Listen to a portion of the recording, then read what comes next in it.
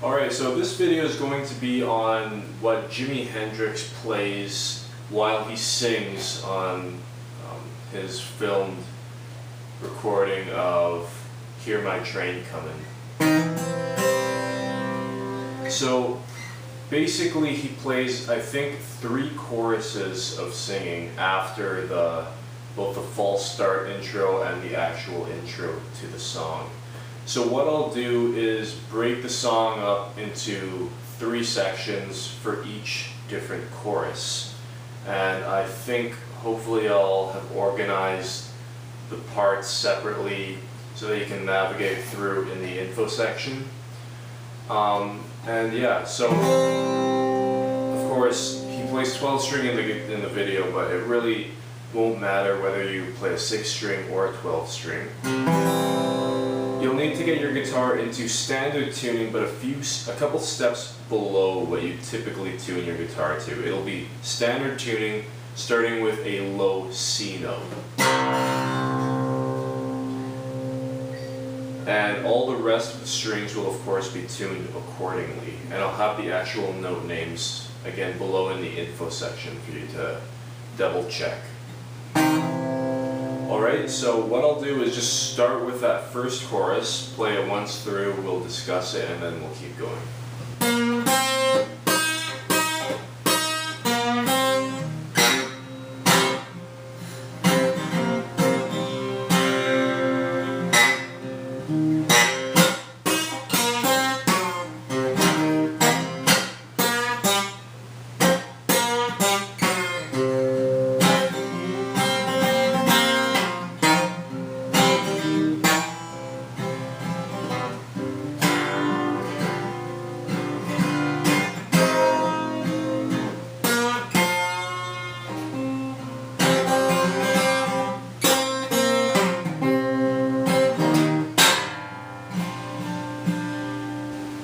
So what Jimmy does is he starts with a couple bends on the 3rd frets of the top 2 strings.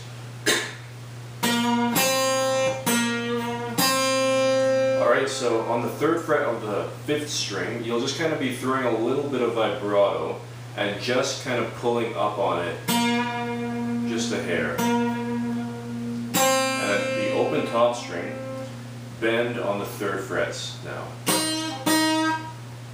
Alright. And on both of those, you'll kind of be hinting at a little bit of a pull-off. Alright, and then you do it once more. Then on the 5th string now. No pull-off on this note though. And then open top string.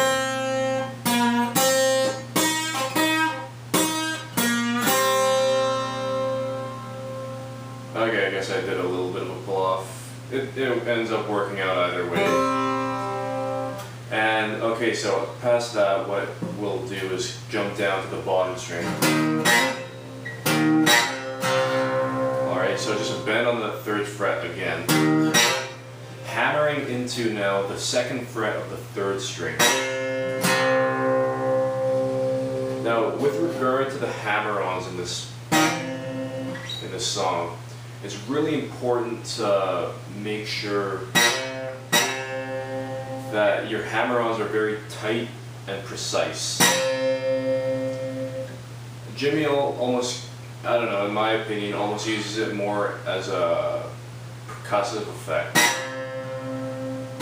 More so than maybe you typically hear in, say, Lightning Hopkins when he'd play this kind of open position blues. With Jimmy, it's very quick and insistent. So what you can do to kind of augment that kind of percussive sound is kind of snap it with your index finger, if you happen to be playing fingerstyle.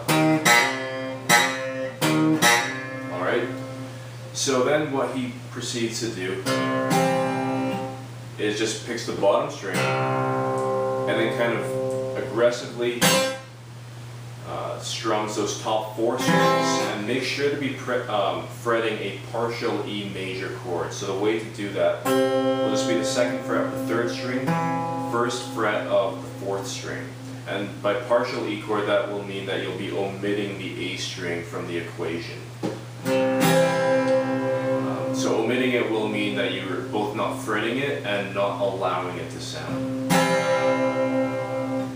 And so once you strum those treble strings, you'll actually, from this partial E major chord, you'll add in your middle finger to fret the second fret of the G string. So you have this partial A chord, A major chord. And what he does is he just kind of strums it twice. It's very subtle. And once he gets out of that, he goes back into that partial E major chord. And then frets third fret of the B string to get that dominant 7th sound. Now you'll be muting the top string with your pinky finger if you can. And what he does is he just goes like this.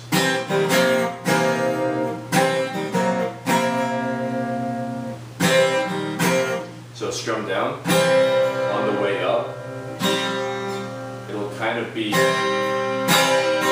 open strings, and then on the way back down, you fret that dominant 7th chord. Alright, so lots of tiny little subtleties, of course, that Jimi has all over the place, but to kind of briefly recap that, it's just, and then just a couple little tiny strums, and then the big chords. Alright, now he goes right back into the bottom string and puts a lot of emphasis again on this partial A major chord. He just kind of leaves it there for a little bit, and then he just hammers again really quickly and precisely into the 2nd fret of the D string.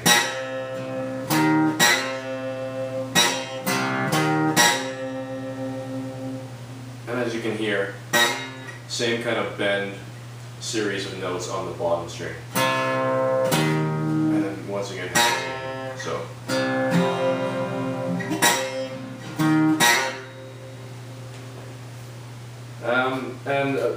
Just to get those little notes that end up ringing out to make it sound a lot fuller, you can do small things, for instance, right here.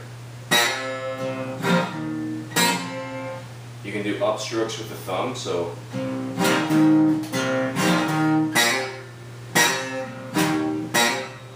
those tiny little things that just add up to a great open position blues guitar piece.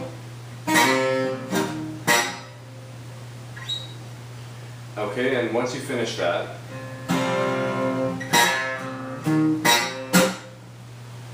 you'll mute all the strings with your left hand and just strum down with your right hand. Alright. And in case you do ring out the strings, it's kind of good to just be fretting that E chord again. So you kind of insinuate at least a tonality.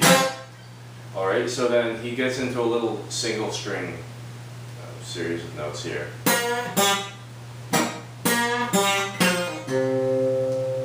Okay, so you'll just be, again, bending the 3rd fret of the B string.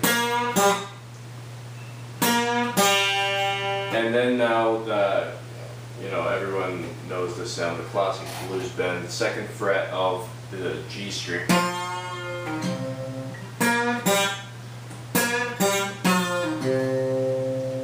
And then landing on this root, 2nd fret of the D string.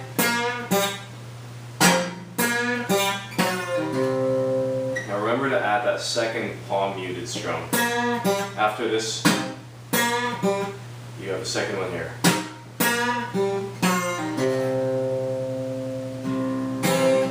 And once again, your default will always be this partial E major chord. Alright, so in between the gaps, he'll often just kind of strum around right here. But what he does now is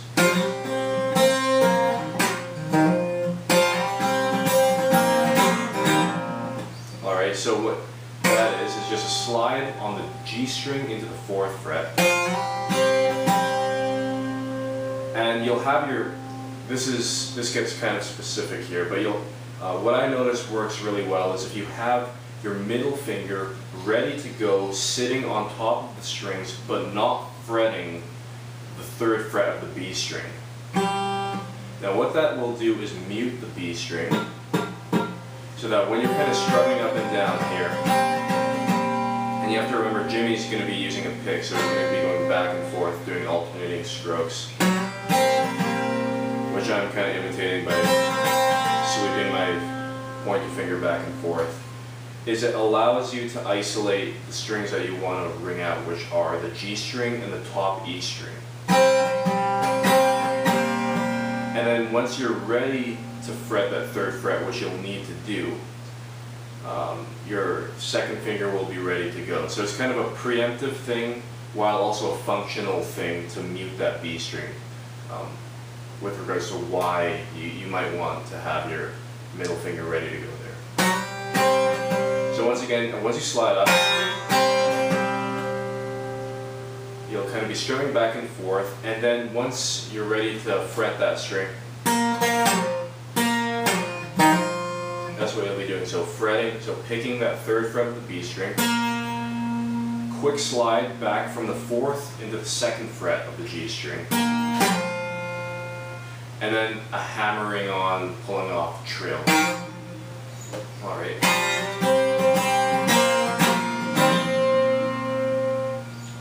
And one of the, again, Jimmy nuances that you might want to keep in mind is when he slides into this kind of thing, the reason why it sounds so bluesy and so Hendrix-esque is that you'll really want to juice out that 2nd fret.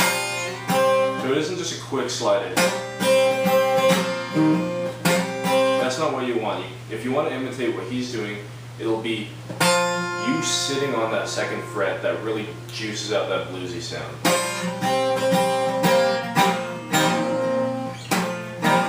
Alright? And we're nearing the end of the 1st chorus here. Just about to get into the 5 chord. But he'll, again, you're back to your default partial E chord. Bend here, 3rd fret of the bottom string, and then snap hammering into that 1st fret of now the G string. And again, same style of hammer on, very tight, very precise.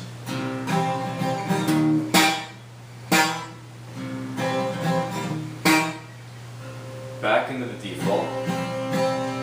And now once you get into the 5 chord, the 1st beat will be the 1st fret of the D string.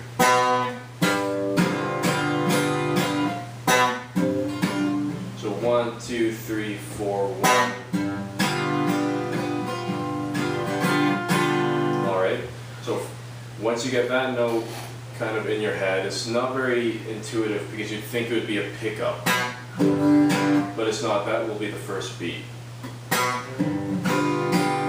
Now the chord that you'll be strumming is a big bar chord. First you'll want the root note on the 2nd fret of the A string.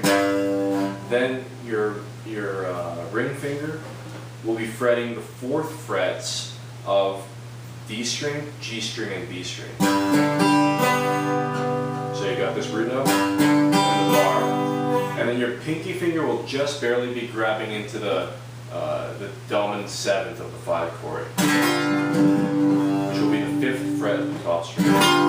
So just kind of strumming it and finishing with 2 on the beat strums.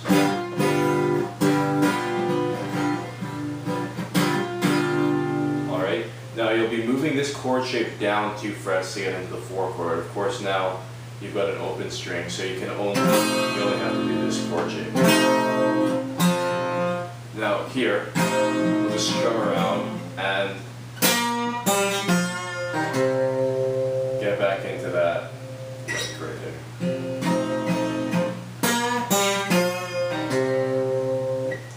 Again, if you can't quite recall, that'll just be a bend on the 3rd fret of the B string. Open. Really juicy bend on that 2nd fret of the G string. Landing into the 2nd fret of the D string.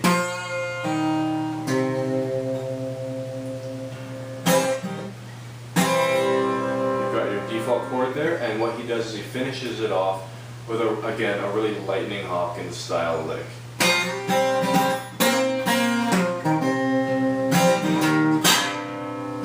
Alright, so the way that works is, again, sliding into the first fret, 4th fret from the 2nd on the G string. Then you'll just be strumming the top 2 strings open. Remembering that you'll have to kind of sit around on that 2nd fret. And then this, he plays 2 E, I guess in this case C notes. He doubles up on that note. So that'll just be a hammer into the 5th fret of the B string with the top string open. Then back to the 3rd fret. And then that which we've already seen several times. Now slide from the 4th to the 2nd to the open G string. Back to our default chord.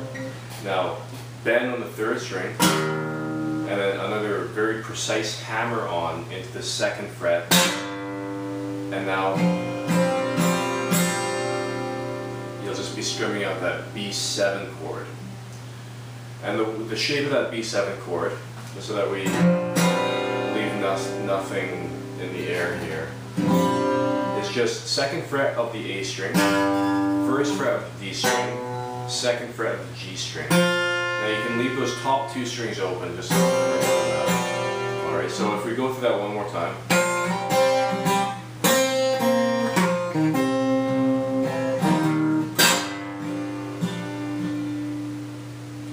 Alright, so there's your first chorus.